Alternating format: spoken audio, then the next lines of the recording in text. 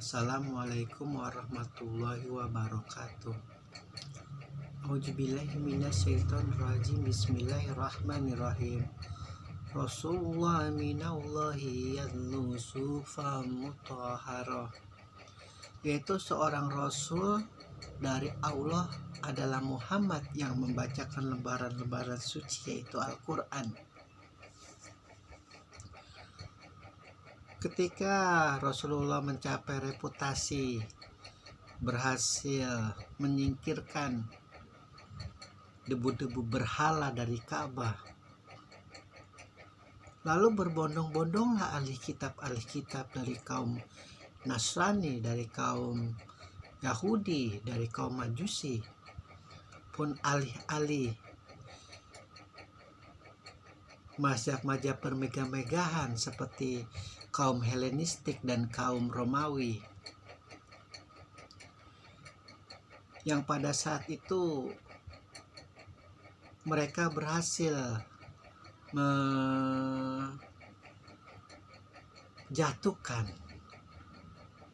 menitik beratkan risalah tentang ketauhidan Nabi Isa alaihissalam kepada la ilaha illallah, kepada semacam suatu komunitas yang mempercayai Trinitas.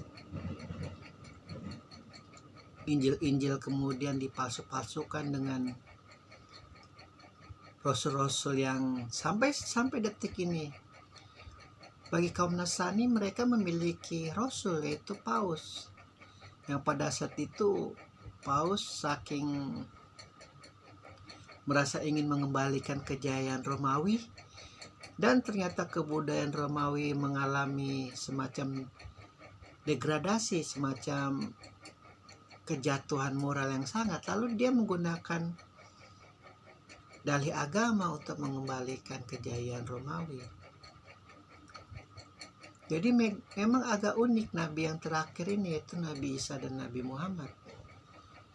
Nabi Isa dibesarkan oleh mantan musuhnya, itu kerajaan Romawi.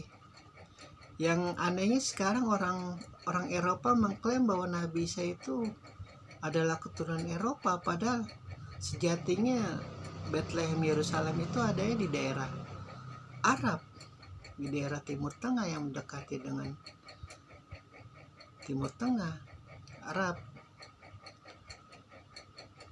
Dan Rasulullah pun begitu, dikembangkan oleh mantan musuhnya, yaitu Abu Sufyan, dengan klaim-klaim kekhalifahannya sekarang menyebar luas dalam bentuk Sunni al-Sunnah wal Jamaah. Ya memang begitu, mau gimana lagi. Karena pada hari terakhir nanti penghisaban yang menentukan kebenaran siapa yang paling hak, yang mana yang paling batil. Jadi pada saat mereka mencoba untuk berdialog, berdiskusi dengan Rasulullah SAW, Rasulullah membacakan kitab-kitab suci Al-Qur'annya. Baca di sini bukan berarti membaca dalam bentuk huruf-huruf, karena Rasulullah sudah hafal. Jadi kegaiban Allah itu membuat Rasulullah tidak bisa menulis itu. Karena kalau bisa membaca dan menulis nanti mengklaim bahwa Al-Quran itu buatan Muhammad. Jadi Allah gaibkan, sampai kapanpun dia tidak bisa membaca dan tidak menulis. Namun hafalannya sangat luar biasa. Bagaimana tidak luar biasa kalau salat aja suratnya itu ayatnya ayat Al-Baqarah, ayat Al-Imran. Jadi wajar kalau orang Muslim, orang Islam itu memang memiliki bakat untuk cerdas, memiliki bakat untuk intelek, untuk memiliki intelijensi yang tinggi. Karena fitrahnya langsung lari ke Adam. Adam itu dosennya para malaikat, guru-gurunya malaikat, guru-gurunya jin, guru-gurunya seluruh setan-setan itu Adam. Ketika iblis meminta kepada Allah agar sosoknya digaibkan dari anak keturunannya Adam. Namun para nabi memiliki hak yang paling nyata yang tidak bisa diganggu gugat, yaitu kegaiban yang tidak bisa ditutup-tutupi oleh apapun, kecuali mereka yang keturunannya berpaling kepada selain la ilaha illallah Muhammad Rasulullah. Nah, itulah mereka yang dinamakan penyembah dunia, penyembah berhala, penyembah materi, tertutupi oleh panca indera yang kita agung-agungkan ini dengan kekuatannya pun sebenarnya adalah senjatanya iblis lanatullah. Mata, hidung, telinga, kulit, semua penciuman ini jika tidak digunakan kepada Allah, tidak digunakan kepada jalan la ilaha illallah Muhammad Rasulullah, hilang kejiwaan batiniah kita, hilang fitrah kita untuk terus senantiasa berlindung kepada Allah, lebih nyaman kepada benda-benda, lebih nyaman kepada materi-materi. Maka jiwa-jiwa yang merana itu jiwa-jiwa yang senantiasa mengelabui isi hatinya, mengelabui hati nuraninya, terjebak oleh dunia materi. Itulah gunanya para nabi dan para rasul, untuk memitrakan manusia. Pun begitu, ketika ahli kitab kaum musyrikin, baik dari internal Islam maupun eksternal Islam, untuk berusaha berdialog, berdiskusi, bahkan berdebat dengan Rasulullah modalnya cuma satu, hafalan Al-Qurannya saja.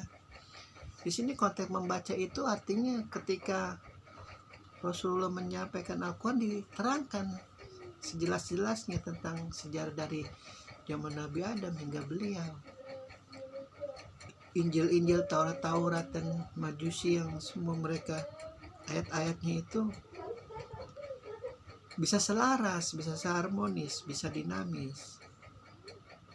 Itulah makanya bagi mereka yang memiliki nilai kebaikannya lebih tinggi daripada nilai kejahatan di hati, pikiran, dan hawa nafsunya, langsung berpaling kepada Islam. Banyak seperti sahabat beliau yang dari Persia, Salman Al-Farisi,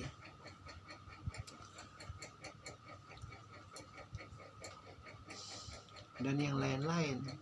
Pun pejabat-pejabat dulu yang tidak mengakui kerasulan Muhammad SAW, sebenarnya juga mereka sudah mengakui, cuman begitu berhala-berhala berhasil disingkirkan, ya sudah akhirnya mengakui sepenuh hati, semacam hakim-hakim, pejabat-pejabat di zaman berhala-berhala dulu yang menyimpan keimanannya seperti yang telah saya terangkan di surat-surat sebelumnya. Begitu, jadi Islam tuh memang langsung berdiri begitu berhala-berhala yang sudah tidak ada lagi. Yang terakhir porosnya berhala itu ya Abu Sufyan. Namun Rasulullah memaafkan, tidak boleh disakiti sujung rambut pun Abu Sufyan, karena memang sudah kalah, sudah tidak mempunyai kekuatan apa-apa. Namun memang pada dasarnya dia memiliki cendekiawan yang dari garis keturunannya, walau bagaimanapun kita dari Ibrahim masih kekerabatan dengan Nabi Rasulullah. Jadi bagi sebagian muslim juga terpecah, ada yang mempercayai keislaman Abu Sufyan dengan anak-anaknya, pun sebagian lagi terutama umat Syiah tidak mempercayai itu hanya topeng Abu Sufyan untuk mempermainkan agama Rasulullah, mempermainkan agama Islam, percaya ilahi. Pun memang kalau ditilik dari sejarah-sejarah, memang segala cara dihalalkan bagi mereka. Yang penting adalah titik akhirnya kemenangan. Karena begitu orang mencapai kemenangan, begitu orang mempunyai harta, begitu orang mempunyai kekuasaan, ibaratnya ya, dia berak pun itu disangka permata, disangka rubi, disangka berlian. Karena saking ingin menjilat pantat-pantat para mereka yang memiliki harta, mereka yang memiliki kekuasaan dan jabatan itu, kaum munafikin itu. Itulah awal mulanya perpecahan antara Sunni dan Syiah, dua garis besar.